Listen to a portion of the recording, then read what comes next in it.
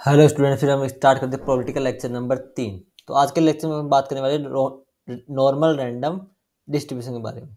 ठीक है, तो चलिए स्टार्ट करते हैं अपना लेक्चर नॉर्मल रैंडम डिस्ट्रीब्यूशन। तो सबसे पहले हम बात करते हैं नॉर्मल रैंडम डिस्ट्रीब्यूशन होता क्या है। राइट, तो नॉर्मल रैंडम डिस्ट्रीब्यूशन को अपन बोलते हैं, ऐसा बोल सकते हैं कि नॉर्मल डिस्ट्रीब्यूशन या फिर गॉसियन डिस्ट्रीब्यूशन। राइट, ये स्टैटिस्टिक्स में काम में आता है अपने ज़्यादातर। ठीक है, it describes how the value of random variable are distributed in a bell-shaped curve। Bell-shaped curve क्या होती है अपनी, कुछ ऐसे वाली कर्व, सॉरी कुछ अपने ऐसे वाली curve. Right, centre around a mean value, यानी मीन वैल्यू के सेंटर में एक कर्व रहती है। मतलब बेल शेप्ड करके अपन कैसे रैंडम वेरिएबल डिफाइन करते हैं। राइट, तो सबसे पहले हम इसका पीडीएफ देखते हैं। ठीक है, we say that X is a normal random variable. मैंने एक्स को क्या माना, नॉर्मल रैंडम वेरिएबल माना। राइट, तो अपन और उसमें पैरामीटर क्या लिए अपने, म्यू और सिग्मा स्क्वायर। म्यू और सिग्मा को अपन बाद में डिफाइन करेगी। If the density x is given by, right, ये डेंसिटी नहीं है। राइट, तो मेरा पीडीएफ आ गया, एफ एक्स इजगल टू 1/सिग्मा √2 pi e to the power minus half x minus mu sigma का होल स्क्वायर। ये मेरा पीडीएफ है, और इसमें मेरा एक्स किधर है, माइनस इन्फिनिटी से इन्फिनिटी है, और म्यू है मेरा माइनस इन्फिनिटी से इन्फिनिटी, एंड सिग्मा है 0 से इन्फिनिटी। राइट, अब अपन देखते हैं कि एक्स क्या है। एक्स इज द वेरिएबल है, mu is the mean. Mu क्या है मेरा, मीन है। सिग्मा स्क्वायर क्या है मेरा, वेरिएंस है, और सिग्मा क्या है मेरा, स्टैंडर्ड डेविएशन है। राइट, देन वी से x is a normal random variable with parameter mu and sigma square. और अपन ऐसे भी लिख सकते हैं, एक्स इज, ऐसे भी लिख सकते हैं इसको। तो अपने पहला टर्म क्या है अपने पास, पहले टर्म अपने मीन को डिफाइन करती है, दूसरी टर्म अपने डिफाइन करती है वेरिएंस को। राइट, तो ये वाला आप फॉर्मूला याद रखना, ये काम आएगा। अब हम बात करते हैं नॉर्मल कर्व जो अपन बनाते हैं उसकी कैरेक्टरिस्टिक के बारे में। आगे अपन कर्व के डिफाइन भी करें, कर्व अपन को दिखती कैसी, अपन वो वेरी कैसे कैसे करती है। राइट, तो सबसे पहले पॉइंट है मेरे पास, the all normal curve are bell shaped with inflection mu plus minus sigma, यानी बेल शेप्ड कर्व होती है। दूसरा पॉइंट है वो मीन म्यू के अबाउट सिमेट्रिक होती है, यानी जितनी भी कर्व आती है ना अपनी, वो मीन के अराउंड सिमेट्रिक होती है। तीसरी है area under the entire normal curve is 1, यानी एरिया अंडर द कर्व कितना आता है अपना, 1 आता है। नॉर्मल कर्व के अंडर में एरिया 1 आता है। चौथा पॉइंट है अपना एफ एक्स ग्रेटर देन 0 आएगा, तो यानी ऑल नॉर्मल कर्व क्या आएगी, पॉजिटिव एक्स में आएगी। राइट, वो जो लिमिट एक्स पॉजिटिव इन्फिनिटी को टेंड करेगी तो 0 आएगी, नेगेटिव टेंड करेगी तो भी 0 आएगी। लेकिन वो कभी भी हॉरिजॉन्टल एक्सिस को टच नहीं करेगी। राइट, और मैक्सिमम जो आएगा अपना आएगा एक्स इक्वल टू म्यू पे, यानी मीन वैल्यू पे उसका मैक्सिमम आएगा कर्व का। और वो वेरी करती है मीन और स्टैंडर्ड डेविएशन के हिसाब से अपनी कर्व वेरी करती है। ठीक, अभी अपन एक एग्जांपल लेके देखते हैं। तो कर्व मेरे पास, ये मेरी कर्व है, इसमें मैंने म्यू माना सेंटर में, जिधर मेरे को मैक्सिमम वैल्यू मिल रही है। अब जैसे जैसे म्यू और सिग्मा वेरी वेरी कर रहे हैं, तो मेरी कर्व भी वेरी कर रही है। लेकिन tail of the normal distribution approach the horizontal axis but never actually touch it. ये टच नहीं करेगी, ये अप्रोच करेगी लेकिन टच नहीं करती है हॉरिजॉन्टल एक्सिस को। राइट, और ये म्यू और सिग्मा के हिसाब से वेरी करती है। अब हम बात करते हैं स्टैंडर्ड नॉर्मल डिस्ट्रीब्यूशन के बारे में। ये एक स्पेशल केस है इसके अंदर, a special case of normal distribution when mean is equal to 0 and standard deviation equal to 1। अगर अपन मीन और स्टैंडर्ड डेविएशन को 0 और 1 रखते हैं, मीन को 0 रख दिया और स्टैंडर्ड डेविएशन को मैंने 1 रख दिया, तो मेरे पास आ गया 1/√2 pi e to the power minus half x square. तो ये मेरे पास आ गया f x standard normal distribution आ गया। राइट, अब हम देखते हैं कि जेड क्या होता है। अब जेड को इंट्रोड्यूस कराते हैं। जेड क्या होता है, standard normal distribution typically denoted by Z any normal random variable x. X मेरे पास कोई भी रैंडम वेरिएबल है normal. Right, standard by Z using the formula.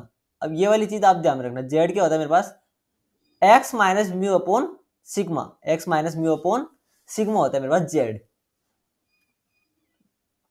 जैसे मैंने म्यू इज इक्वल टू 0 लिया और सिग्मा इक्वल टू 1, तो मेरे पास आ गया ये curve 0 and sigma equal to 1, तो मेरे पास ये वाली कर्व आ गई। अगली कर्व में आपको मैं ये बताना चाहूँगा कि जैसे जैसे सिग्मा और म्यू वेरी कर रहा है, जैसे वैसे वैसे अपनी कर्व भी वेरी करी। पहले वाले केस में मैंने क्या लिया, म्यू इक्वल टू 2 और सिग्मा इक्वल टू 1 लिया, तो मेरी कर्व कुछ इस प्रकार आई, यानी मेरा 2 पे मैक्सिमम आया। फिर मैंने म्यू इक्वल टू 2 और सिग्मा इक्वल टू 2 लिया, तो फिर मेरे 2 पे मैक्सिमम आई और सिग्मा जैसे वेरी किया, कर्व भी मेरी वेरी हुई। ठीक है, फिर मैंने म्यू इक्वल टू -2 लिया एंड सिग्मा इक्वल टू 1, तो -2 पे मेरा मैक्सिमम आया और म्यू जैसे सिग्मा चेंज हुआ तो मेरी कर्व भी चेंज हुई। सिमिलर केस इसमें भी है, राइट। अब हम बात करते हैं स्टैंडर्ड नॉर्मल रैंडम वेरिएबल के CDF के बारे में। तो ये मेरा होता है इसका CDF, राइट। तो अब अपन बात करते हैं इसकी कुछ प्रॉपर्टी के बारे में। स्टैंडर्ड नॉर्मल माना तो मैंने मीन तो मैंने 0 ले लिया और वेरिएंस मैंने क्या ले लिया, 1 ले लिया, यानी वो सिमेट्रिक अबाउट 0 आ गया। क्योंकि अपन ये तो देखा था प्रॉपर्टी में कि मेरा सारी नॉर्मल कर्व होती है वो अपने मीन के अबाउट सिमेट्रिक होती है, तो इधर मेरा मीन 0 है तो 0 के अबाउट सिमेट्रिक होगी।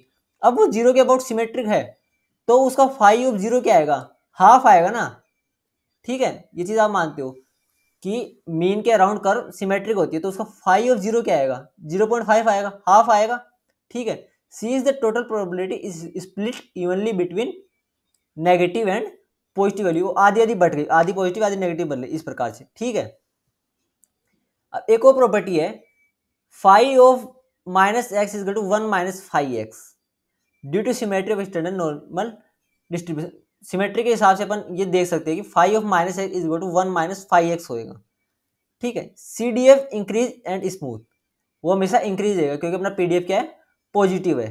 ठीक है, और जो अपन साई एक्स निकालते हैं, फाई एक्स अपन निकालते हैं, CDF निकालते हैं स्टैंडर्ड नॉर्मल डिस्ट्रीब्यूशन में, वो अपन कैलकुलेटर के हेल्प से निकाल सकते हैं और अपने को टेबल के हिसाब निकाल सकते हैं। अपन वैसे डायरेक्ट इसकी वैल्यू नहीं निकाल सकते हैं। ठीक है, तो अपने टेबल का यूज में लेना पड़ेगा, ये कैलकुलेटर का यूज में लेना पड़ेगा, राइट। जैसे मैं CDF डिफाइन करता हूँ, मैंने जेड को क्या माना, x - म्यू अपॉन सिग्मा माना, तो मैंने लिया x less than equal to a p of z, ये मैंने क्या लिखा, z लेस देन की फॉर्म में लिखा, राइट। तो मेरा फाई क्या आएगा, फाई मेरा आएगा a - म्यू अपॉन सिग्मा आएगा। अभी हम क्वेश्चन देखेंगे तो ज़्यादा समझ में आएगा। ठीक है, तो अब मैं डिफाइन करना चाहूँगा इस वाली टर्म को, p of mod of x greater than k to express p of mod of greater than k in the term of coefficient distribution function. अपने को क्या डिफाइन करना है, इसको अपने को CDF की फॉर्म में लिखना है, इस वाली चीज़ को अपने को CDF की फॉर्म में लिखना है। ठीक है, तो मैं स्टेप बाय स्टेप देखते हैं। सबसे पहले मैं मोड ऑफ को अपन ऐसे लिख सकते हैं, either less than k and greater than k। ठीक है, तो मैंने सबसे पहले mode of x greater than k को मैंने स्प्लिट करके दो भागों में बांट लिया। फिर इसके बाद अपन देखते हैं कि अपना ये जो होता है x greater than k equal to x less than -k होता है। ये अपने पहले स्टार्टिंग के लेक्चर जब अपने देखा CDF क्या होता है तो उसमें अपने डिफाइन किया था ये वाली चीज़, राइट। अब अपन देखते हैं कि mode of x greater than k को अपन लिख सकते हैं 2 time of p of x greater than k। ये वाली वैल्यू इसमें पुट करोगे तो मेरे पास ये वाली चीज़ आ जाएगी, राइट। अब मैं इस चीज़ को मैं क्या बोला, फाई ऑफ k, तो मेरे पास ये निकल के आया कि phi of x greater than k equal to 1 - phi of k। ठीक है, तो अब मैं मोड लगाता तो मेरे पास है 2 time of 1 - phi of k, तो ये मेरा आ गया इसका answer in the term of phi of k की फॉर्म में, राइट। अब दूसरी टर्म है मेरे पास mod of x less than k। पहले अपन क्या लिया था, ग्रेटर देन k लिया था, अब अपन लेके लेस देन k। तो ठीक है, उसी प्रकार अपन देखते हैं, -k से अपने k के बीच में लिखा है इसको। फिर अपन डिफाइन करते हैं कि इसको अपन ऐसे ले सकते हैं, phi of k and -k। इसको मैंने जैसे कि बताया था, phi of -x is equal to होता है 1 - फाई ऑफ x होता है। तो ठीक है, अपन वो प्रॉपर्टी यूज में लेके, ये वाली प्रॉपर्टी यूज में लेके अपन इसको लिख सकते हैं। तो ये मेरे पास आ गया ओवरऑल 2 फाई के -1 आ गया, राइट। ये मेरे पास आ गया in the term of phi of k। अब क्वेश्चन देखते हैं, एक क्वेश्चन है मेरे पास, suppose that the score of the student in certain class are normally distributed with mean 71 and variance 15। यानी मेरे को मीन और वेरिएंस दे रखा है, यानी मेरे को म्यू और सिग्मा गिवन है, सिग्मा स्क्वायर गिवन है। एक एक पार्ट की बात करते हैं, तो पहले अपन डिफाइन करते हैं, ठीक है। कि मेरे को मीन दे रखा है 71 एंड वेरिएंस दे रखा है मेरे को 51। तो इधर से मैं स्टैंडर्ड डेविएशन निकालूंगा, तो स्टैंडर्ड डेविएशन मेरे पास आ जाएगा √15 that is equal to approx 3.87, right. अब जेड मेरा होता है x minus mu upon sigma, ठीक है। और मेरे पास म्यू भी गिवन है, मेरे पास स्टैंडर्ड डेविएशन भी गिवन है, और x क्या है, जैसे जैसे मेरे को क्वेश्चन बोलेगा मैं x को पुट करता जाऊंगा। तो पहले क्वेश्चन में मेरे को बोला है कि स्कोर होना चाहिए मेरा 60 और 73 के बीच में, score between 60 and 73, right, 60 and 73। तो मैं x इज इक्वल टू 60 लेके निकालता हूँ पहले। तो मेरा आ जाए Z of 60 is equal to 60 minus 71 upon 3.87 that is approx to minus 2.84 and x is equal to 73, then Z of 73 equal to 0.53। बस हमने क्या किया, बस वैल्यू पुट किया जेड के फॉर्मूले में। अब अपन क्या करेंगे, अब अपन को निकालना है we can find the probability from standard normal distribution table. अपने प्रोबेबिलिटी निकालें, लेकिन मैंने आपको बताया था जब आप प्रोबेबिलिटी निकालोगे तो आपको टेबल का यूज में लेना पड़ेगा, ठीक है। तो अपन डायरेक्ट ऐसे नहीं निकाल सकते। तो मैंने लिखा पी ऑफ जेड ऑफ 60, तो ये मेरे पास आ गई जेड लेस देन 2.84 माइनस 2.84। तो इसके टेबल से अप्रोक्स वैल्यू आएगी मेरे पास 0.023 और इसकी अप्रोक्स वैल्यू आएगी मेरे पास 0.6985, ठीक है। अब मेरे को निकालनी ये वाली चीज बिटवीन 60 एंड 73। तो मैं इसको लिख सकता हूँ 0.52, ठीक है। अरे इस वाली चीज को मैं ये लिख सकता हूँ ना 0.52, और इस वाली चीज को मैं ये लिख दिया इधर, राइट। तो इन दोनों सेपरेट करके मेरे पास आ गया 0.6962, ये मेरा आंसर है। ये वाली चीज कहाँ से, टेबल से आई, ठीक है। और ये वाली कहाँ से अपने को CDF की डेफिनेशन से। अब इसका बी पार्ट है conditional probability that a student score at least 78 given that they score at least 73। अब गिवन दैट किस में आता है, अपना कंडीशनल प्रोबेबिलिटी में आती है ऐसी स्टेटमेंट। तो अपने को यहाँ पे कंडीशनल प्रोबेबिलिटी यूज में लेनी पड़ सकती है, राइट। तो मेरे को एक्चुअली निकालना क्या है, P of x greater than equal to 78 upon x greater than equal to 73। तो मैं इस चीज को ऐसे लिख सकता हूँ, राइट, ठीक है। ये कहाँ से है मेरे पास, इस वाली चीज से, ये वाली चीज मैंने कहाँ से लिखी, इस वाली चीज से लिखी, राइट। तो कंडीशनल प्रोबेबिलिटी मैंने पढ़ी थी ना कि P of A upon B equal to P of A intersection B upon P of B।